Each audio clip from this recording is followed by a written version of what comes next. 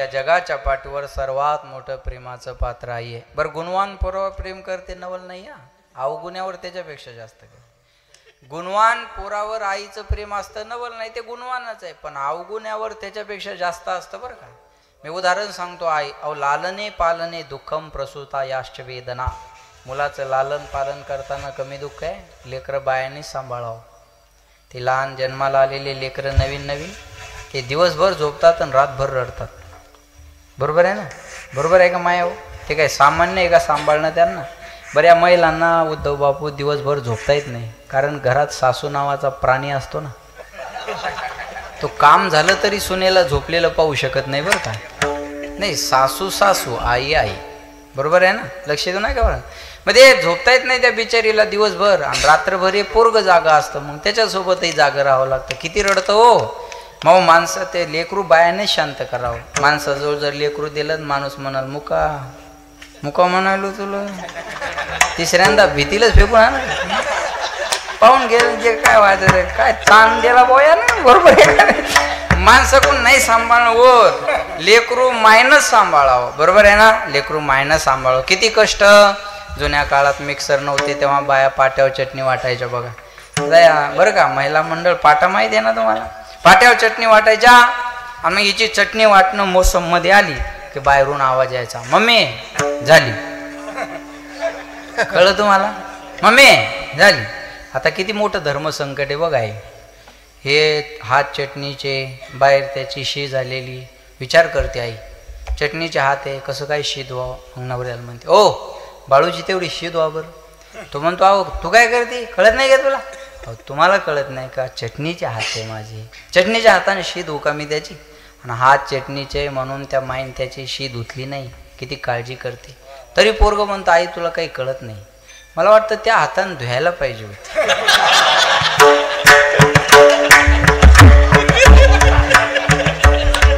आग झाली असती मग आई कळाली असती. बरोबर आहे का? कळत ना महाराज. बरोबर आहे का नाही? डोळ्यात काजळ घालते तेव्हा काय किती पटकन घालते डोळ्यात, खाली गालालाही लागू देत नाही, बुबळालाही लागू देत नाही, पटकन काजळ घालते छान दिसावं म्हणून, पटकन काजळ घालते. पोरगा म्हणतो तुला कळत नाही. मग काजळाच्या ऐवजी तिने गाडीचं वंगण घातलं असतं ना. बरोबर आहे का नाही? एवढं आपल्या लेकराची. कधी सांगू तुम्हाला, बाया सर्वात जास्त जर प्रेम करत असतील तर सौंदर्यावर, पण लेकरासाठी सौंदर्याचा सुद्धा त्याग करतात. काय प्रेम असेल बघ. सौंदर्याचा सुद्धा आपल्या लेकरासाठी विचार करत नाही. अरे कधी कधी नवऱ्याला सोडायला तयार होतात लेकरासाठी. किंबहुना धनुर्धरा जो मातेची उदरा, तो मातेचा सोयरा केतुला पा. बरोबर आहे ना? लक्षात ठेवा. महाराज म्हणले अवघड, लक्ष देऊ नाही का बरं का. कधी कधी महिला नवऱ्याला सुद्धा लेकरासाठी सोडायला तयार होतात. एखाद्या बाईचा नवरा मेला ना, तिला जगण्याची इच्छा नसते बरं. माझा पती मेला, जगून काय करू, पण ती म्हणते नाही मला माझ्या लेकरासाठी जगावं लागेल. खंबीर उभी राहते हो. मायची बापाची भूमिका एकटी निभवते लेकरासाठी. लक्षात ठेवा. एवढं मोठं प्रेम, एवढं मोठं प्रेमाचं पात्र आई आहे. आणि महाराज म्हणतात पोराची गोड बातमी त्या आईच्या कानावर यावी, आणि तिला जेवढा आनंद होतो ना, पुत्राची वार्ता शुभ ऐके जेवी माता, तेवढा आनंद मला भजन करताना व्हावा. या महिलांना 8 दिवसातून 4 दिवस उपवास असतात, पण यांनी धरलेला उपवास स्वतःसाठी कधीच नाही. मुलासाठी, मुलीसाठी, नवऱ्यासाठी, नाही तर होणाऱ्या जावयासाठी. पण यांनी धरलेला उपवास स्वतःसाठी नाही. एक दिवस भाजी मनासारखी नाही ना झाली, चिडचिड होती माणसाची, चिडचिड. अरे आयुष्यभर दुसऱ्याच्या आवडीची भाजी खाऊन आनंदात राहते, तिला आई म्हणतात. एकही दिवस घरात तिच्या आवडीची भाजी नसते. मुलाला विचारल, मुलीला विचारल, दिराला विचारल, भायाला विचारल, ननंदला विचारल, सासूला, सासऱ्याला, कुणाला तरी विचारूनच स्वयंपाकाला सुरुवात करते बघा. प्रत्येक नोकरीमध्ये सुट्टीची तरतूद आहे, महिन्याला, 8 दिवसाला, 15 दिवसाला. पण आपल्या घरात बिना पगारीची आणि बिना सुट्टीची व्यक्ती राबत राहते, तिचं नाव आई. तिला सुट्टीही नाही आणि तिला पगारही नाही. तुम्हाला सांगू, आज दादांनी पत्रिकेवर आईचं नाव टाकलं, मला आवडलं. आज मंडाबाईच ना, मंडाबाई, त्यांच्या आईचं नाव त्यांनी टाकलं. आणि सांगू, सरकारनं बी आता निर्णय केला, बापाच्या मुलाच्या नावापुढं बापाचं आणि आईचं दोघांचं बी नाव लिहावं लागणार आहे इथून पुढं बरं का. कष्ट मायचे आणि नाव बापाचं आहे, बरोबर आहे ना? कष्ट आईचे नाव बापाचं आहे ना. पण आज यांनी आईचं नाव लावलं. मी सांगेन तुम्हाला, बाळांत या शब्दाचा अर्थच असा आहे, झालं व्यवस्थित तर बाळ, नाही तर अंत, याला म्हणतात बाळांत. आई जेव्हा मुलाला जन्म देत असते ना, तेव्हा आईचा सुद्धा पुनर्जन्म होत असतो, बरं का? आईचा सुद्धा पुनर्जन्म होत असतो. महाराज, चेहरा पाहिल्यावर प्रेम करणारे जगात खूप माणसं मिळतील, गुण पाहिल्यावर प्रेम करणारे जगात खूप माणसं मिळतील, पण आपला चेहरा न पाहता, गुण अवगुण न पाहता, 9 महिने 9 दिवस जगात येण्याच्या अगोदर पोटातच जी आपल्यावर प्रेम करते तिला आई म्हणतात.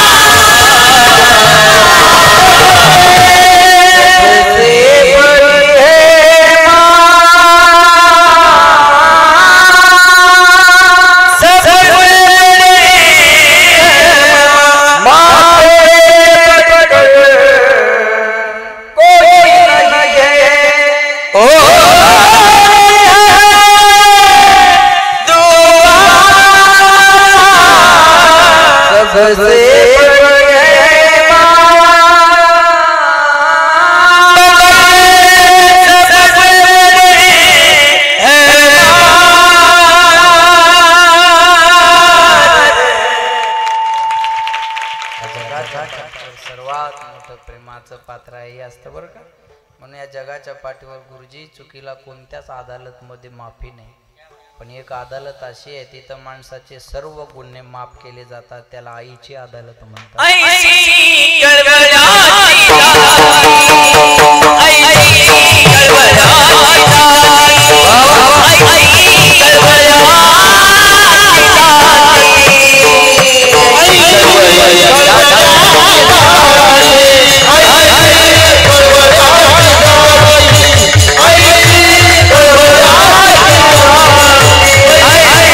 पुत्राची शुभवार्ता ऐकत असताना आईचं मन जेवढं प्रसन्न झालेलं असतं, भजन करताना माझं मन तेवढं प्रसन्न व्हावं.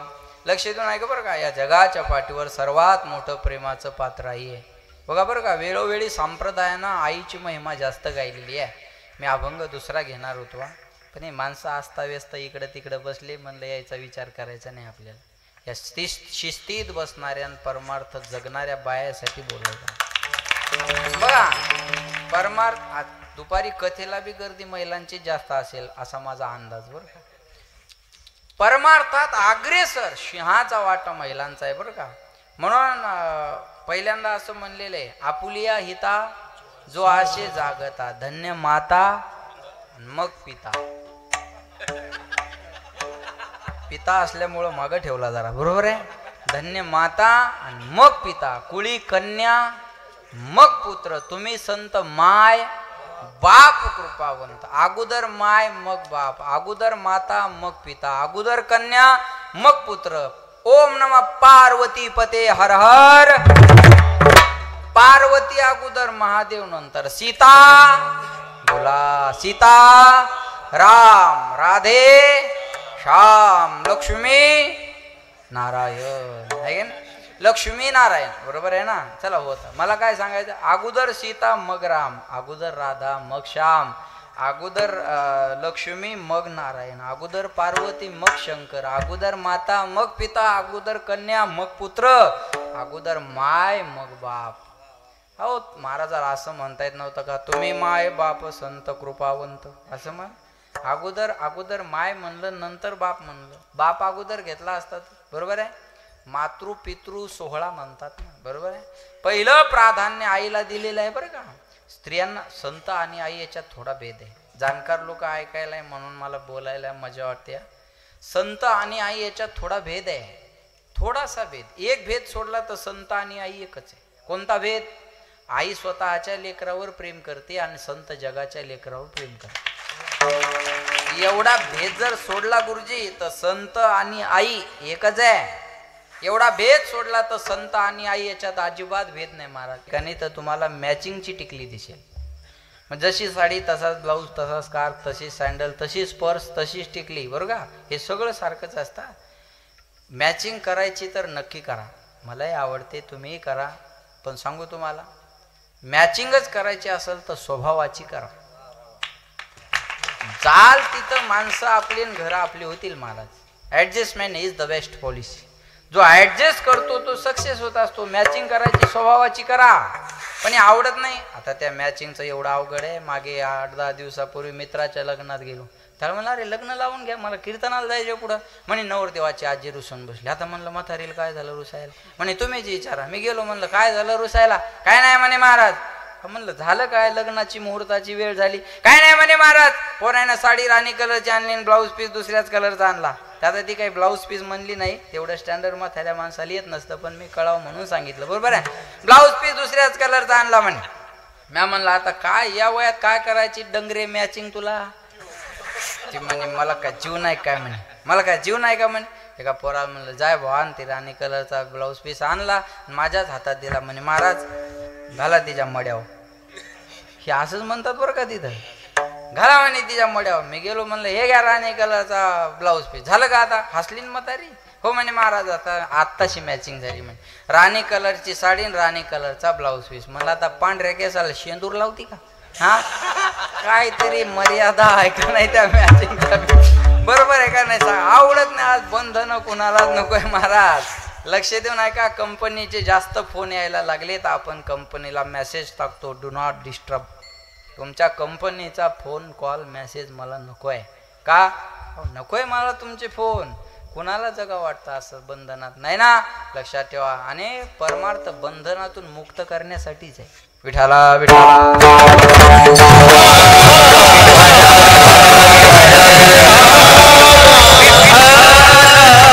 बंधन ते नाही ठावी. बरोबर आहे ना. महाराज म्हणले परमार्थ करा, बंधनच राहत नाही हो. पण आज नकोय कुणाला. दुसरं कारण, तिसरं कारण, मन देवाकडे गेलं की त्याचं स्वातंत्र्य अबाधित राहत नाही. देव पाहावया गेलो, येताना दुसऱ्याची चप्पल घेऊन आलो. बरोबर आहे ना. देव पाहावया गेलो, तेथे देवाचे होणे ठेलो.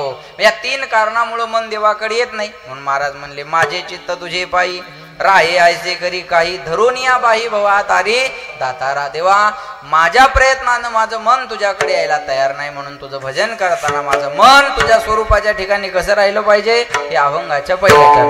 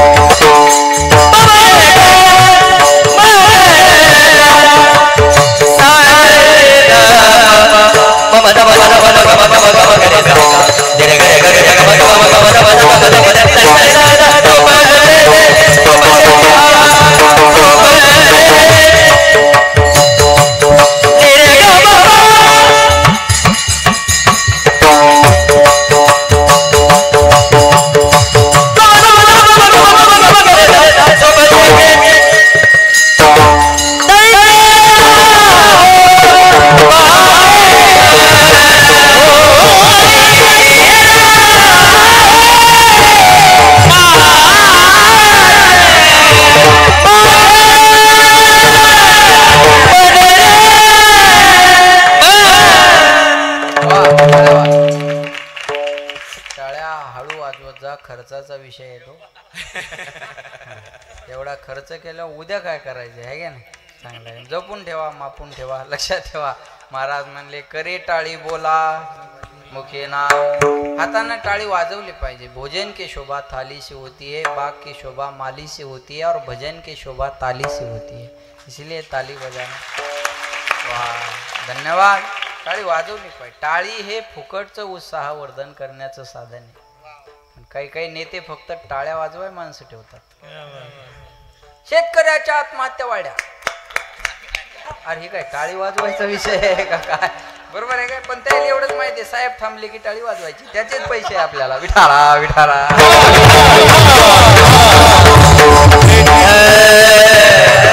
पुत्राची वार्ता शुभ ऐके जेवी माता.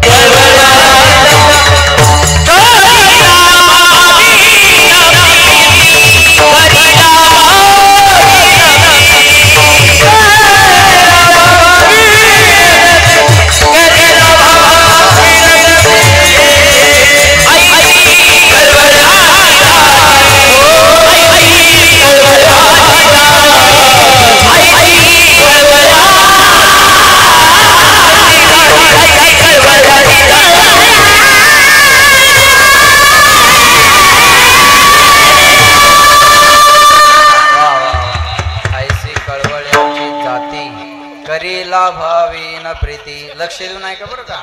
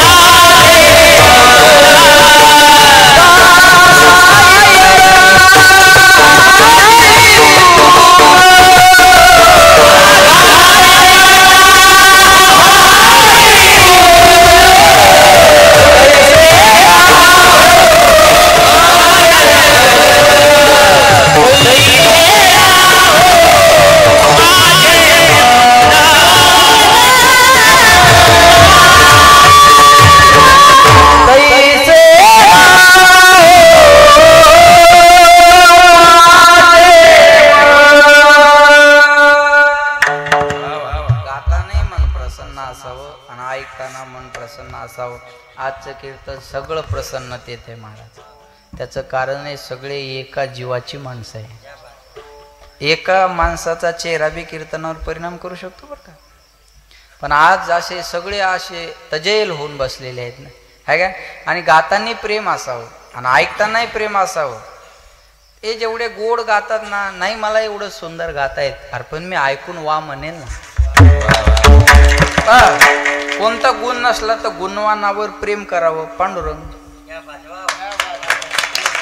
अरे गुण महाराजा एवढंच नाव महाराज घेतात ना त्याचं, बरोबर आहे ना. मग काय गुणवानावर प्रेम करणं हा स्वभाव आहे. याच्यापेक्षा गुणदोष दुशीर दोष गुणस्तु भयवर्जिता. जगातला सगळ्यात मोठा दोष दुसऱ्याचे गुणदोष पाहणं. जगातला सगळ्यात मोठा गुण कुणाचा गुणदोष न पाहणं, बरोबर आहे. अनेकाचे काने गुणदोष म्हणा. गातानी प्रेम असावं, ऐकताना बी प्रेम असावं म्हणतात. काही म्हणतात आम्ही रागात गातो. रागात गाण्यापेक्षा अनुरागात गा. काही म्हणतात आमची नेमाची वारी. म्हणतो काय कुणाला प्रेमाची वारी असावी, बरोबर आहे ना. देवाला रागापेक्षा अनुराग आणि नेमापेक्षा प्रेम कळतं म्हणून थोर प्रेमाचा भुकेला हाचे दुष्काळ. म्हणून म्हणतात जो प्रेम गली में आई प्रियतम का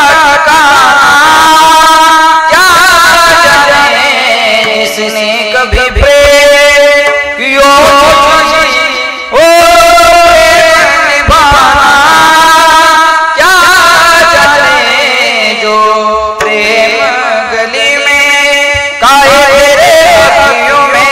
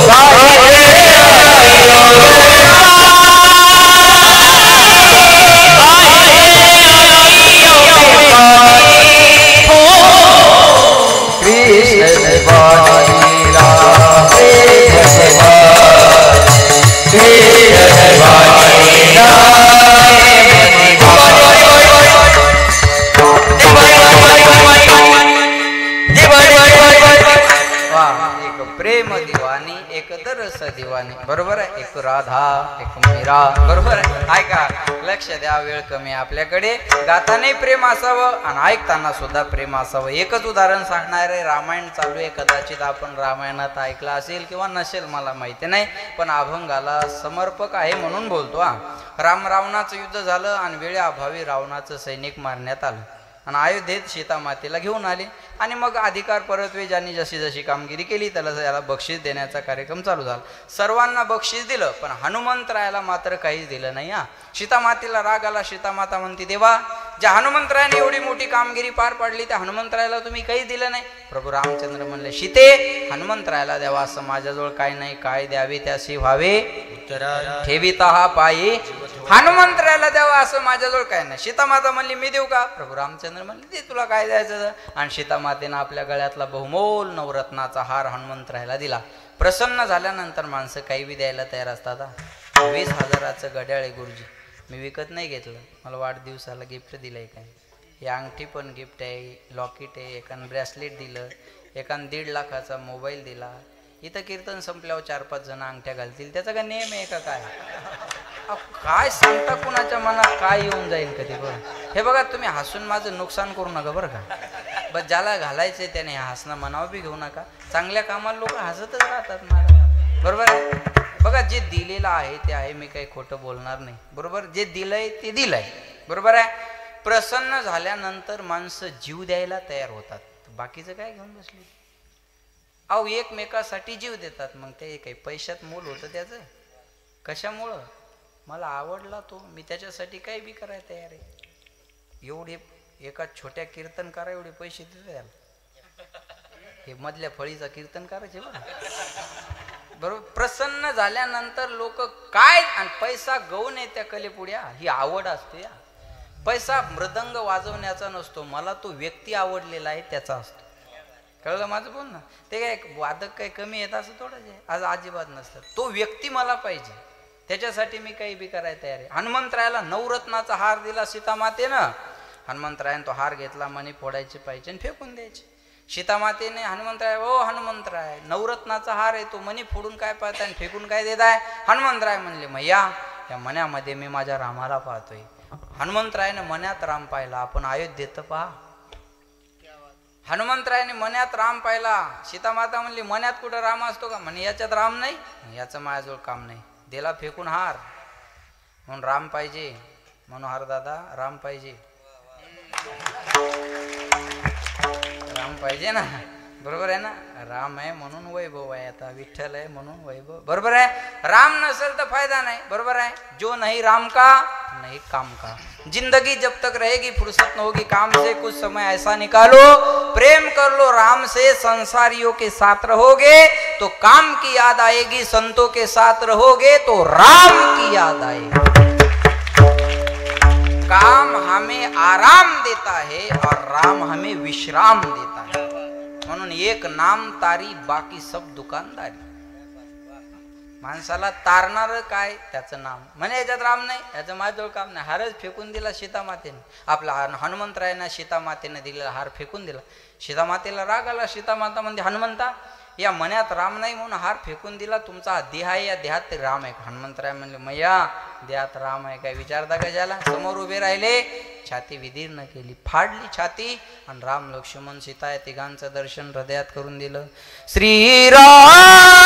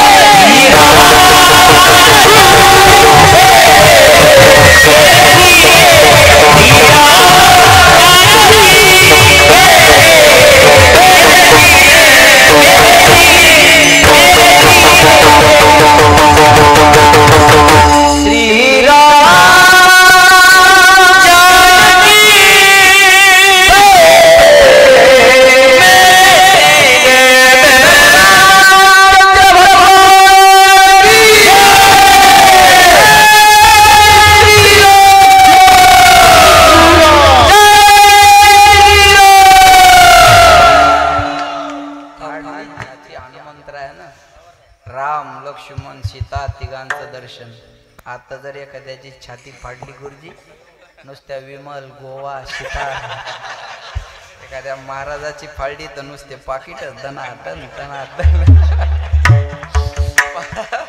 हनुमंतरायाने छाती फाडली, राम लक्ष्मण सीता तिघांचं दर्शन हृदयात करून दिलं. आणि प्रभू रामचंद्र प्रसन्न झाले. प्रभू रामचंद्र हनुमंतरायाला म्हटले, मागा तुम्हाला काय मागायचं. हनुमंतराय म्हणले, मला काय नाही.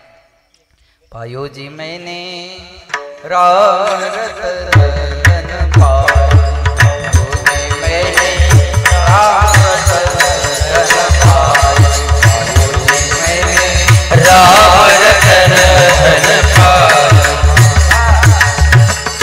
आम्ही मिळवलंय तेव्हा राम नामाचं धन आम्हाला मिळालेलं आहे. मला काही नको. अरे माझी इच्छा आहे म्हणून काहीतरी मागा.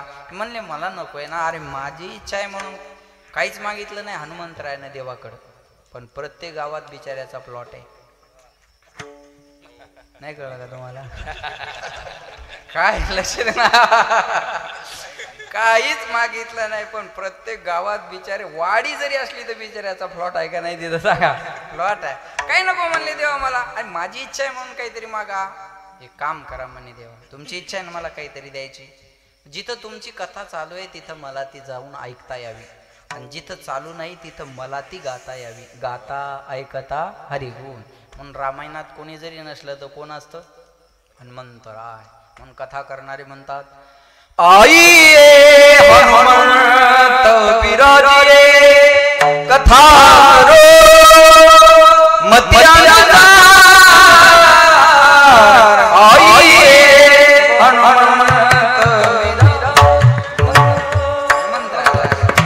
गाता ऐकता हरिगुण तैसे राहो माझे मन. गाता ऐकता हरिगुण नादे लुब्ध झाला मृग देह विसरला अंग तैसे राहो माझे मन. तुका म्हणे पाहे घड्याळाकड हा कासवीचे पिले माय तैसे राहो माझे मन. गाता ऐकता हरिगुण विठोबा रखुमा.